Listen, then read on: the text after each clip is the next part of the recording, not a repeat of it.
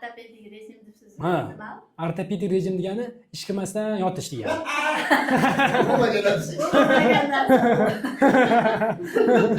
Bular ilagan. O'zi bilib jo'taga so'rayapti. Dadam bilmasin nima? O'shana bo'lsa kerak dediku endi. Yo, mayli, endi mana ortopedik rejim degani biz o'zimizni uydagi kelinlar qila olmaydi. Bunga haqqimiz ham yo'q-da, ortopedik rejim qilgan. Bu bola, bo'lmagan 10 kilo bormi, 8 kilomi? Bor, 8 kilo bor, 8 kilo vес ko'taryapsiz mana. O'zi vesingiz pastroq, yo'g'on ayol bo'lasiz, ozg'in ayolsiz. Kunda 3 kunda bir marta xamir qilasiz, vaqt bemahal endi kir yuvasiz, uy ishlari bo'lib turib rejim qila olmaymiz. Mayli.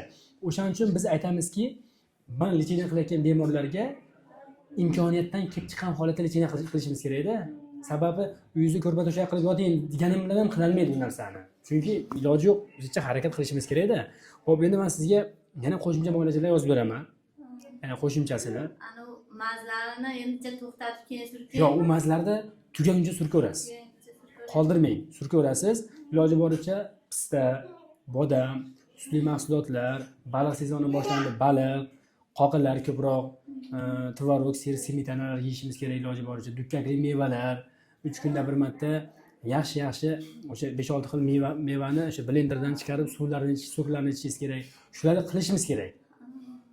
Hozir shunaqa paytga keldik. E'tibor qilayotgan bo'lsangiz, tajribamizdan kelib chiqqan holatda belida grijasi bor insonlarda bo'ynida ham bo'lar ekan. Tushunyapsizmi? Belingizda grija chiqdi-yu.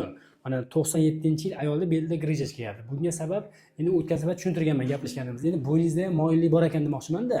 Bu ozgina sovuq tushganligini hisobiga yoki bir qandaydir issiq sovuq qo'yganingiz hisobiga qo'zg'alib qolgan bo'lishi mumkin.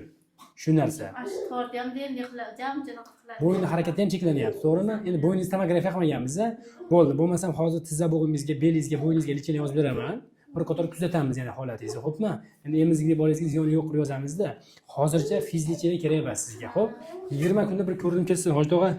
Tez maslahat qilib yaxshilab davolab olishimiz kerak. Endi hozir sutdan chiqaringiz ham bola kichkina. Iloji boricha qo'limizdan kelgancha harakat qilaveraylik, xo'pmi? Necha ishdan iloji boricha sal cheklanib turing. Og'ir ishlardan cheklanib turing.